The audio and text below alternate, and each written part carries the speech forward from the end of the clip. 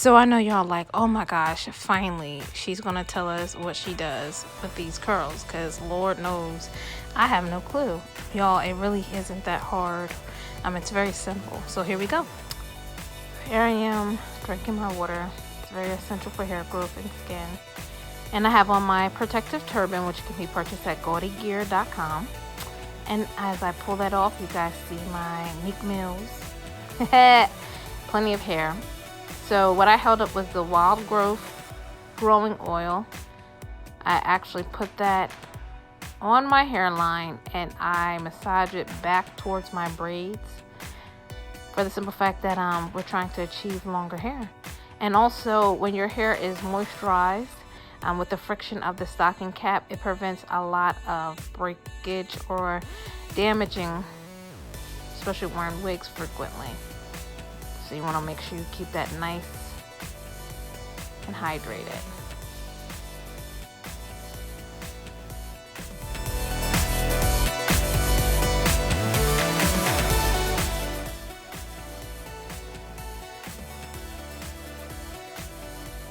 So now we're going to use the Got To Be styling gel. And I know a lot of people put this on their hairline, but I only put it at my temples because the rest of my hairline is going to be underneath the stocking cap. So I don't want to put a whole lot of product in my hair, because that's what causes backup and the gunkiness and nastiness or whatever. So I'll go ahead and I'll brush back my temples because I want to make sure that they're not sticking out. That's nice and neat. So you're going to flip that braid up and put on the stocking cap that matches your skin tone. I know sometimes it's pretty hard. They do have some nude ones that you can add some foundation to blend to your skin texture, but I lucked up and was able to pretty much kind of match the brown one.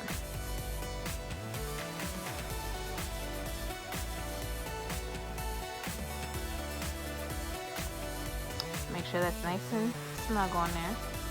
So next step, we get the beautiful investment you guys have, and that is your gorgeous unit.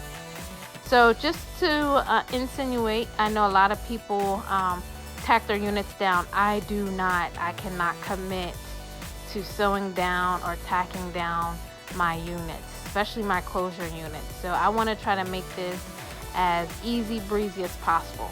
Now I do understand if you have a job where it requires a lot of movement, dealing with kids, you might want to get it sewn down, but not I. So I'm just showing the curl before I actually spray it, and it would have been smart of me to fill up the bottle, but as you can see, this is, I would say, like a day 4, day 5 curl with this wig.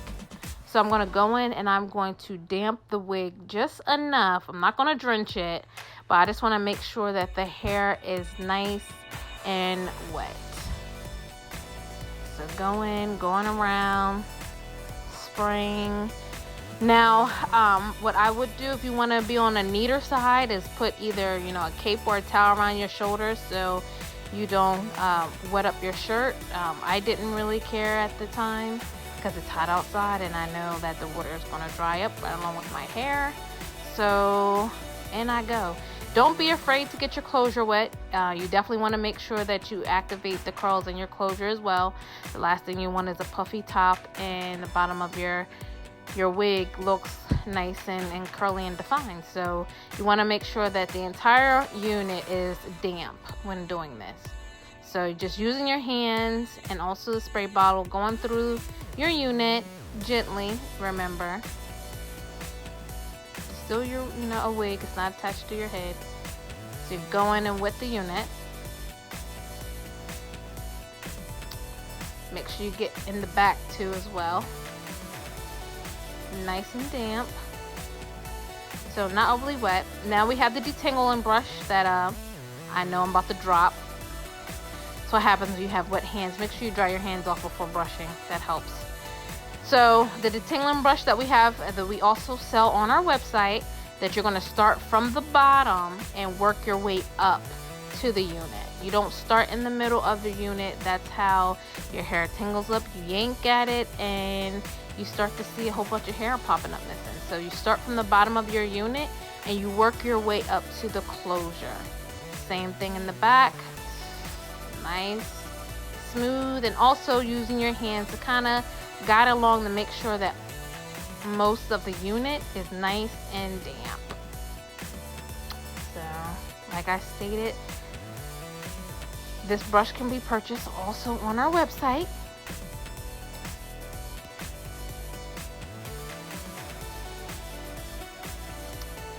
So you definitely want to make sure that you're focusing in and you're detangling. So I use my fingers a little bit. So now what I'm going to do is I'm going to use the Lotta Body Coconut and Sheen Oil Moisturizing Milk. I love this stuff. I know beforehand I said I loved another product, but this stuff is great. So as you can see, I probably did 3 pumps of that bottle, and I'm going to go through and I'm going to massage this cream downward in my unit. So we're going to just take one side, go ahead and make sure we put in enough product, not too much where it's gonky and really heavy, but just enough where it'll define the curl.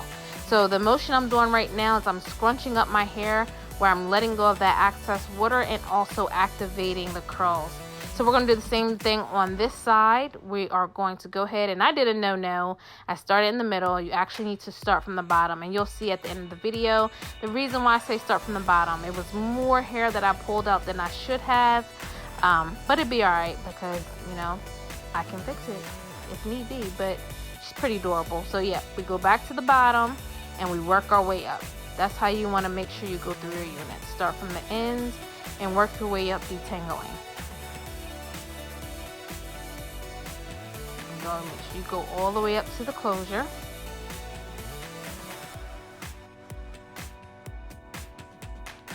So the reason you guys see I'm using my hand is that I'm making sure that majority of the hair is damp, because it's something about the hair being, you know, wet, and also the curling cream. You can add the curling cream to dry hair, but I just feel like it doesn't do any justice. If anything, it's just more product that you're putting on top of your hair. So I feel like the curl should be activated by water first, where you can get the nice, that wet look, and then you go in.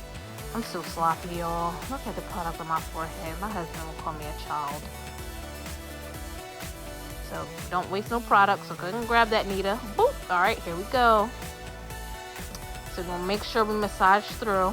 So we did both sides, and I would do one more pump for the back. So you'll probably see me going and grab an additional pump. So right now I'm actually finger combing through my unit, just to make sure that I'm not combing so much, but you get the pop of your curls with doing so. Make sure that part in the middle, y'all. Alright. And as you see, I'm making sure the back is nice and flat, because that's what we promote here, flat units, y'all.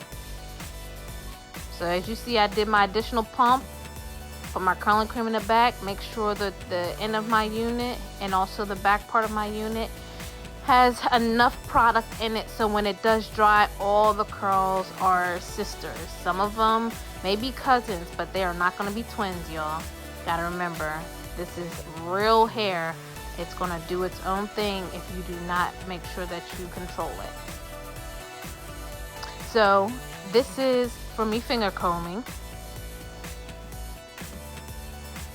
And I'm cleaning out the brush right now, so you guys can see how much hair came out with me brushing it. So always remember that this is a wig. It's a wig. It is meant to shed. You will not have a wig that does not, you know, give off a few pieces of strands of hair. If you do, send them my way so I can take a class. But it's inevitable. You just got to make sure that you don't have huge chunks of hair falling over the place and you have a bunch of hair on your floor. That's a big no-no. So now I'm going to go in. I'm going to grab my Got To Be styling gel again, and we're going to play with those baby hairs. So I'm not really a huge fan of the whole bunch of baby hair, but I like enough baby hair where with a closure I don't have to do much with it. I'm just pretty much breaking up that part where you can see the lace closure and my skin. And then it also just gives it a nice little natural looking looking hairline. So go in and grab a little more product. You don't need too much, because remember, the more product, the heavier it weighs down the curl, and then you got to go in and wash it again. This is something that you actually want to make sure you only do probably, I would say, at the most every 4 days. Don't judge me. I did not want to go get my edge brush from downstairs. I was upstairs at the time. So I'm going to use this brush to go ahead and just make sure I style it. You can style it however you want. This hair is not necessary in the front. I just like it just in general. I just feel like it makes it look good. So here's the next trick I have, is that I brush down my closure with a regular bristle brush. Excuse me, can't talk today. So as you guys see with me brushing it down, how it went flat. So the key is now going forward, as you see I'm going through my hair, the only time you go through your hair is when it's wet. After it starts drying, you leave it alone. Do not run your fingers through your unit while it is drying. Reason being is because the hair will then pretty much pop up, expand, and then that's when you'll get that afro effect. So the discipline is to let the hair air dry without you manipulating or combing it. So here's the back view. As you see, my back is wet. That's why I recommend a towel, but I'm not bothered by it. See y'all. So this is pretty much the, excuse me, I gotta remove my glasses. This is pretty much the curl of it.